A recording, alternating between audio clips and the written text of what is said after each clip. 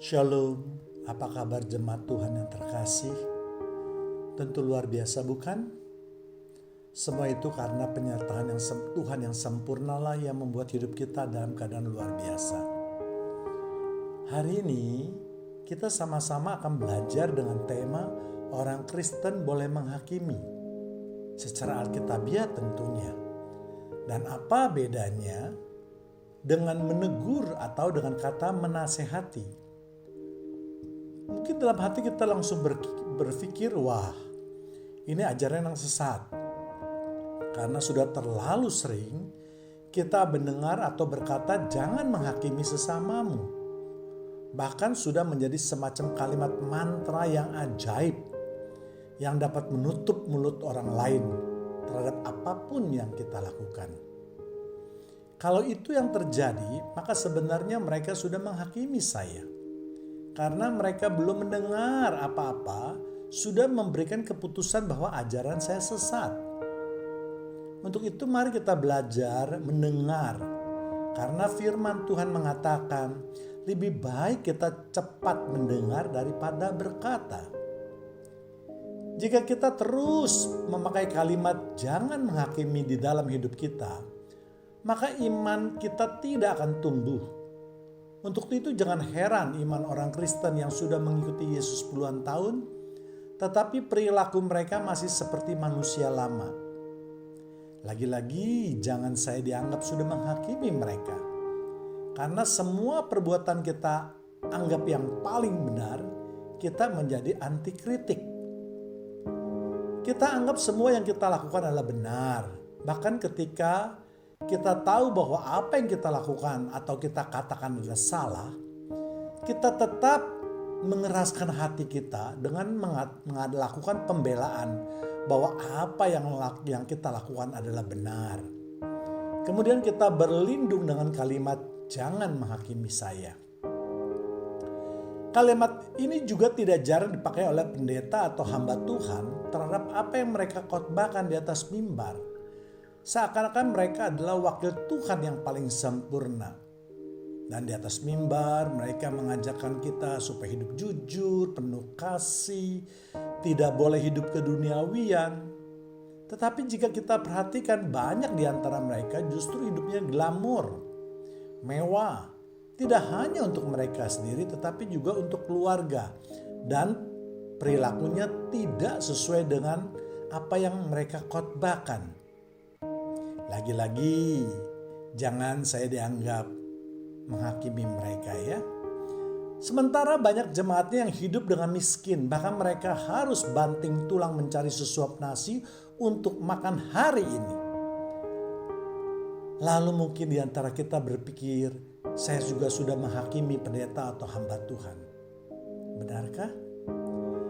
Atau dalam diskusi mengenai Alkitab, ada ketidaksesuaian atau mungkin ada pengertian yang salah dalam menafsirkan ayat di dalam Alkitab. Karena kita sudah merasa benar dan anti kritik, lalu kita juga mempergunakan kalimat jangan menghakimi sesama manusia. Bahkan diteruskan dengan mengutip ayat-ayat di dalam Alkitab. Hati-hati Bapak, Ibu, dan Saudara yang terkasih, sebab sesungguhnya apa yang kita tanam di dalam hati kita, Allah Maha mengetahuinya. Apakah kita sungguh-sungguh merasa dihakimi? Atau hanya berlindung di balik kebesaran nama Tuhan kita demi keuntungan kita sendiri? Dan contoh yang terakhir adalah kasus pendeta NN dengan pendeta ST yang menjadi pro dan kontra di sosial media. Banyak yang menjadi pembela pendeta NN langsung mengatakan jangan menghakimi pendeta NN. Sebaliknya di pihak pendeta ST mengatakan bahwa itu tidak sesuai dengan ajaran Injil. Itu yang dapat kita tangkap di sosial media. Mengapa hal itu bisa terjadi? Karena banyak jemaat Tuhan yang tidak mengerti dan tidak mau mengerti arti ucapan jangan menghakimi. Dan saya hanya bisa berucap, ampuni mereka Tuhan karena mereka tidak mengerti apa yang mereka perbuat. Untuk itu mari kita dengarkan video ini sampai selesai. sehingga kita bisa mendapatkan pengajaran yang lengkap. Sehingga akhirnya kita dapat mengerti apakah kita boleh menghakimi atau menegur atau menasihati sesama kita. Jangan mendukung sesuatu dengan membabi buta, sehingga akhirnya kita jatuh ke dalam dosa. Kalau itu yang terjadi, apakah bermanfaat dalam hidup kita untuk menjadi murid Yesus?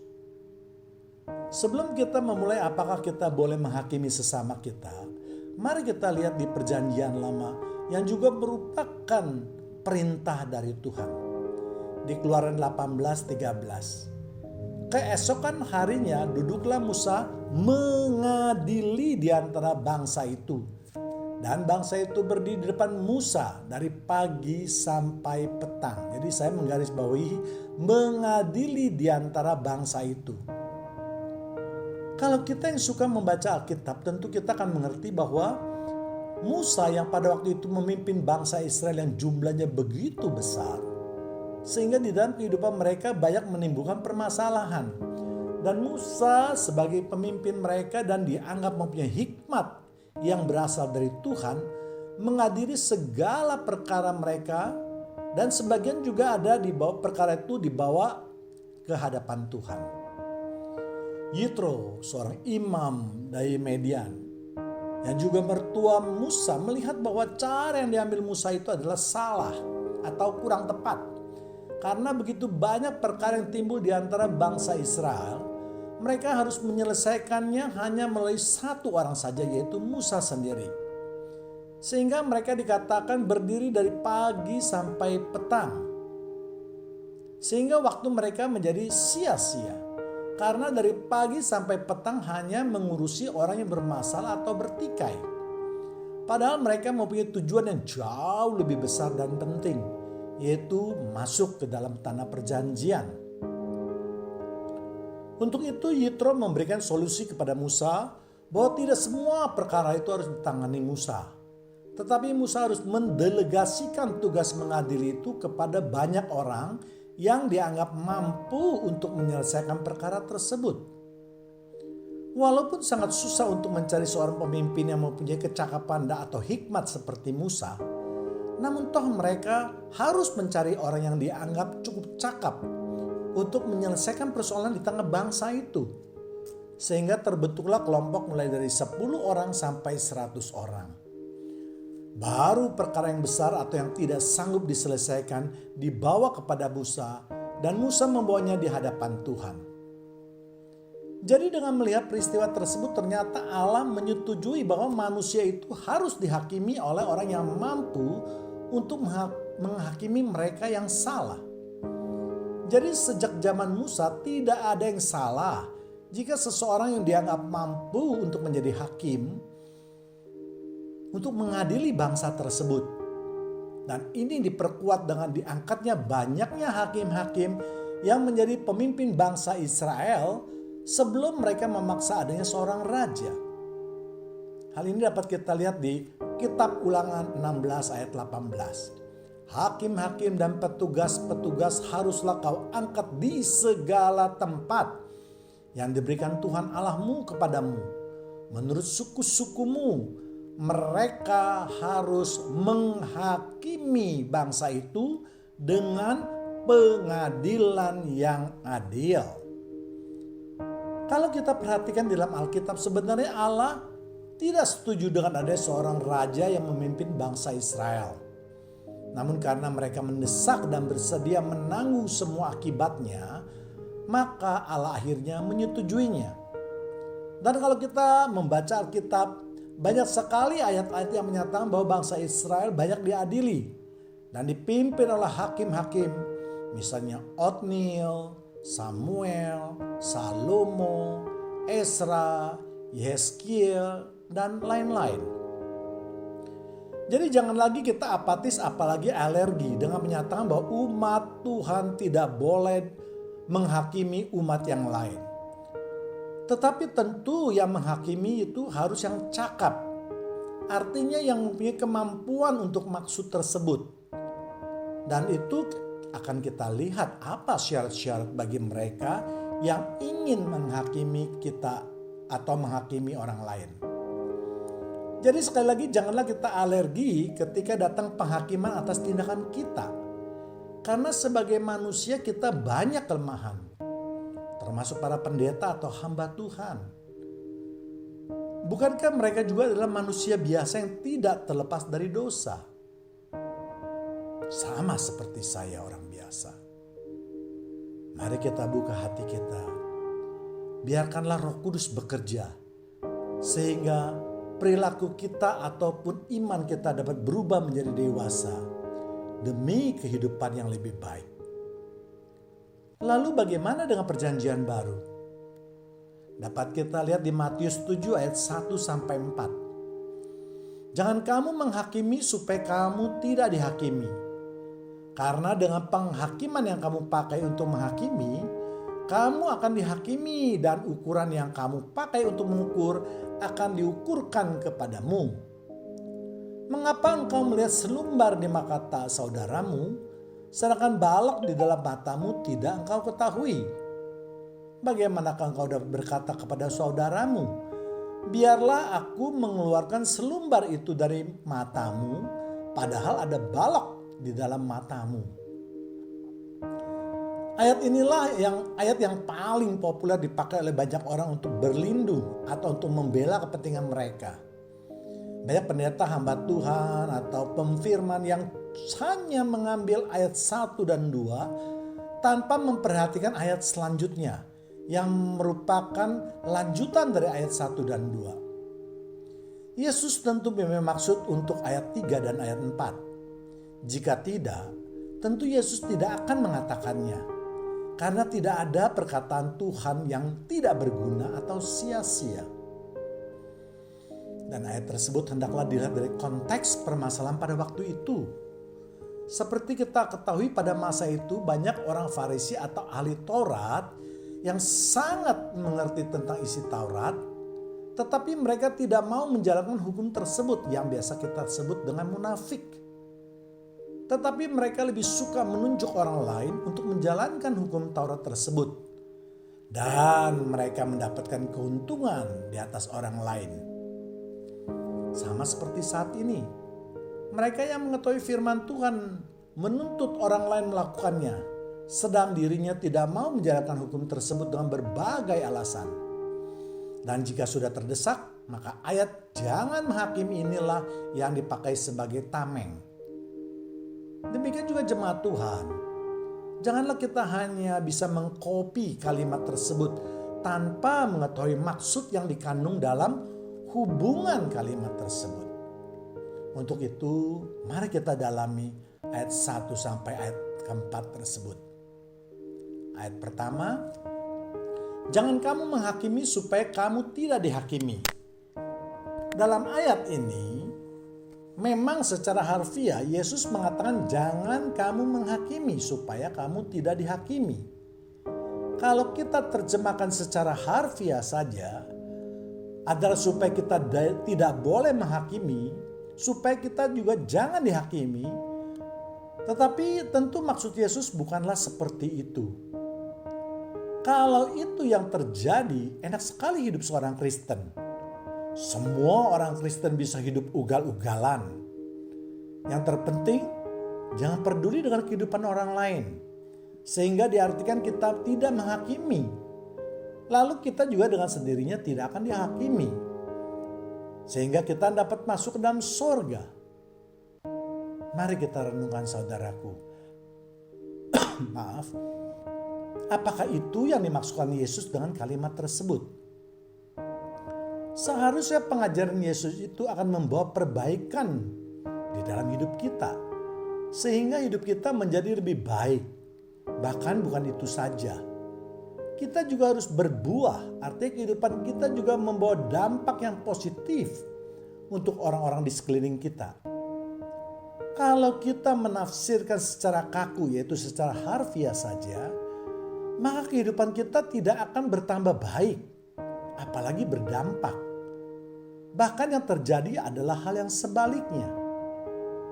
Tetapi saya ingin menafsirkannya. Yang dimaksud Yesus adalah jangan kita terlalu gampang juga menghakimi seseorang. Sehingga kita juga tidak akan mudah menghakimi orang lain. Ayat 2. Karena dengan penghakiman yang kamu pakai untuk menghakimi, kamu akan dihakimi dan ukuran yang kamu pakai untuk mengukur akan diukurkan kepadamu. Artinya cara yang akan kita pakai untuk menghakimi orang lain juga akan dipakai untuk menghakimi kita. Jadi kalau kita menghakimi orang lain dengan sembarangan, maka kita juga akan dihakimi dengan sembarangan. Namun apabila kita menghakimi orang dengan benar, maka kita juga akan dihakimi dengan benar. Dan saya berpendapat tidak ada yang salah dengan menghakimi orang dengan benar dan tepat. Artinya apa yang akan kita pakai berdasarkan aturan yang sudah ada. Baik itu aturan firman Tuhan maupun hukum negara. Bukan berdasarkan ego kita, balas dendam, atau untuk menyatakan kehebatan kita, mencari-cari kesalahan orang lain, merendahkan dan lain-lainnya. Misalnya saja kalau ada seorang yang kedapatan mencuri, lalu kita katakan bahwa berdasarkan firman Tuhan orang ini berdosa, maka ia akan masuk ke dalam api kekekalan kalau dia tidak bertobat.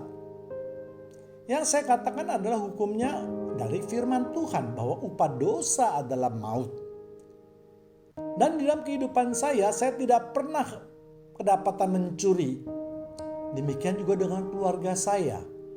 Maka saya berhak menghakimi orang tersebut.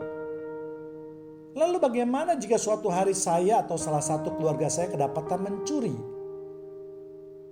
Konsekuensinya, maka saya juga harus bersedia dihakimi dengan hukuman yang sama, yaitu masuk ke dalam api kekekalan. Ini adalah contoh yang sangat sederhana untuk menjelaskan ayat ini. Seperti sudah saya jelaskan di atas, bahwa Musa, bangsa Israel sudah dihakimi oleh mereka yang cakap. Maksudnya adalah supaya kehidupan bangsa Israel itu tertata rapi, menghargai hak orang dan menjalankan kewajibannya. Hal seperti itu juga yang kita harapkan dengan menghakimi orang lain. Sehingga kehidupan bermasyarakat kita menjadi teratur, lebih baik, tertata, adil, dan lain sebagainya. Bukankah itu merupakan impian kita bersama? 3. Mengapakah engkau melihat selumbar di mata saudaramu, sedangkan balok di dalam matamu tidak engkau ketahui? Inilah yang menyatakan keadilan daripada menghakimi orang. Bahwa sebelum kita menghakimi orang lain, maka kehidupan kita sendiri dahulu harus baik. Bagaimana seorang hidupnya yang ugal-ugalan dapat menghakimi kehidupan orang lain dengan baik? Yesus memberikan perumpamaan ada balok di mata kita. Kalau balok itu menutupi mata kita, tentu saja kita tidak bisa melihat apapun di depan mata kita. Apalagi kita dapat melihat selumbar di mata saudara kita. Arti selumbar adalah serpihan kayu. Artinya potongan kayu yang kecil.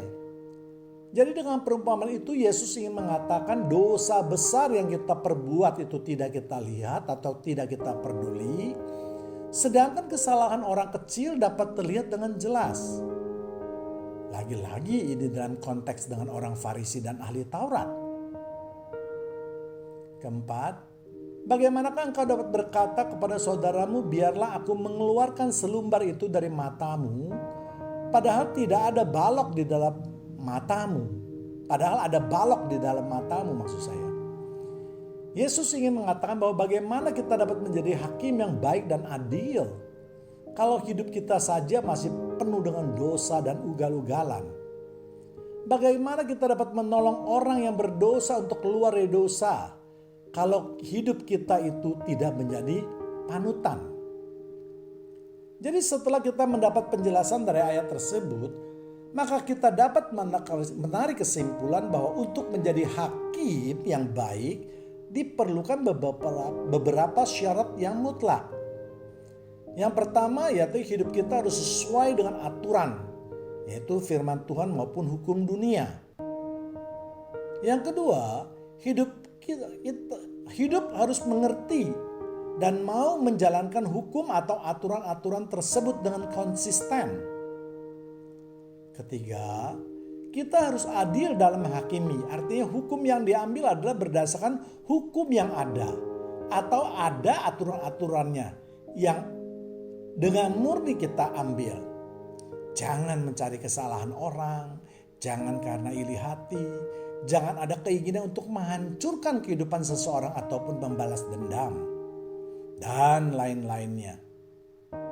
Keempat, sebelum kita menghakimi orang lain, mari kita introspeksi terhadap kehidupan kita. Apakah kehidupan kita sudah baik atau belum? Jadi dalam menghakimi itu harus ada 3 unsur yang penting. Yaitu yang pertama bahwa yang dibicarakan itu adalah fakta, bukan gosip. Apalagi sesuatu yang belum kita tahu kebenarannya. Yang kedua, harus ada hukum yang mengaturnya. Jadi bukan hukum menurut buatan kita atau tafsiran kita semata. Dan yang ketiga yaitu harus ada hukum yang dijatuhkan berdasarkan hukuman atau peraturan tersebut dengan murni. Jadi dengan penjelasan tersebut di atas, sebenarnya kita harus menjadi hakim-hakim yang adil dan baik. Karena itu akan membawa kehidupan masyarakat kita menjadi lebih baik. Bukankah Tuhan Yesus mengatakan bahwa kita harus menjadi terang atau garam dunia? Namun itu bukanlah pekerjaan yang mudah. Tetapi harus kita capai. Sama seperti firman Tuhan yang lain. Yaitu kita harus hidup kudus, harus kita hidup sempurna dan lain-lain. Namun menjadi hakim bukanlah tujuan utama. Tetapi menjadi terang itulah tujuan utama kita. Sehingga kehidupan kita akan memberkati sesama kita dan bukan malah sebaliknya menjadi batu sandungan. Ada juga yang mengatakan bahwa penghakiman itu adalah hak Tuhan. Sebenarnya itu adalah salah kaprah. Karena perkataan itu tidak pernah ada di dalam Alkitab. Yang benar dan yang ada adalah pembalasan adalah hak Tuhan. Yaitu yang tertulis di dalam Roma 12:19c. Pembalasan itu adalah hakku. Akulah yang akan menuntut pembalasan. Firman Tuhan. Jadi jelas penghakiman dan pembalasan adalah 2 hal yang sangat berbeda. Namun karena kesalahan kutip, baik mungkin dari hamba Tuhan maupun jemaat, maka kata itu menjadi seakan-akan benar ada di dalam Alkitab. Sedangkan kata penghakiman di Alkitab lebih banyak dimaksudkan dengan penghakiman akhir zaman. Untuk menjelaskan kata pembalasan Tuhan, tentu kita harus membuat suatu video yang lain karena perkataan itu cukup kompleks. Jadi pada prinsipnya jangan kita terlalu kaku untuk menerima kata penghakiman. Karena yang paling penting adalah inti atau maksud dari perkataan tersebut. Apakah dengan kata tersebut hidup kita akan menjadi berkat? Atau menjadi manusia baru? Atau justru dengan memakai kata penghakiman tersebut kita tetap menjadi manusia yang lama, bahkan menjadi batu sandungan. Mari kita renungkan bersama. Dan pada video lain akan saya bahas mengenai kata menegur atau menasehati. Sekian firman Tuhan pada kesempatan ini. Jika video ini memberkati Anda dan Anda mau memberkati jemaat yang lain, maka silakan share sebanyak-banyaknya video ini. Sekian dan terima kasih. Tuhan Yesus memberkati kita semua. Amin.